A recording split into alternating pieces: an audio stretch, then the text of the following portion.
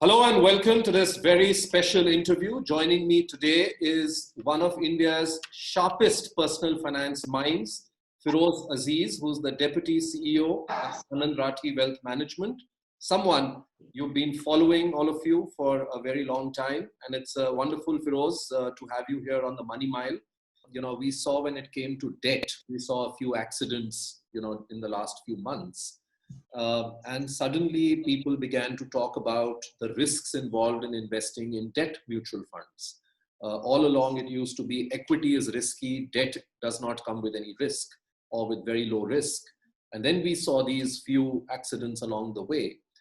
What is the kind of risk that an investor must understand when you're investing in a debt mutual fund?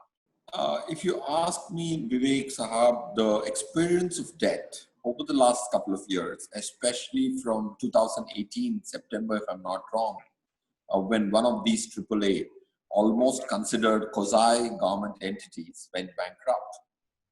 First conclusion or learning to be derived out of this accident, which was a series of accidents of 5-6 of them in the Indian economy, conclude that AAA is not good enough a reason for you to invest.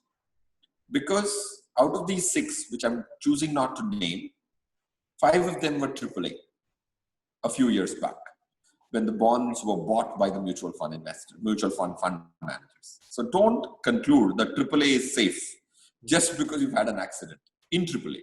That's a very counterintuitive conclusion to derive from the data thrown up so far. Second, also realize that this debt crisis has recently been in a category called credit risk funds and a spillover in corporate bond funds, largely. This, to my mind, was not even a credit risk event. It was more of a liquidity risk fructifying. Because of the risk aversion of people due to this surprise of a pandemic, risk aversion brought in illiquidity in several instruments. It has not been in the last 4 months that several bonds have defaulted. It's the perception of a default which has created illiquidity which has caused this problem. If you understand the distinction between a credit risk fructifying and a liquidity risk fructifying, your actions emanating from that understanding would be in the right direction. This is why I'm clarifying the foundation of your strategy in debt going forward. So liquidity, to my mind, in your debt portfolio becomes far more paramount than just credit risk going forward.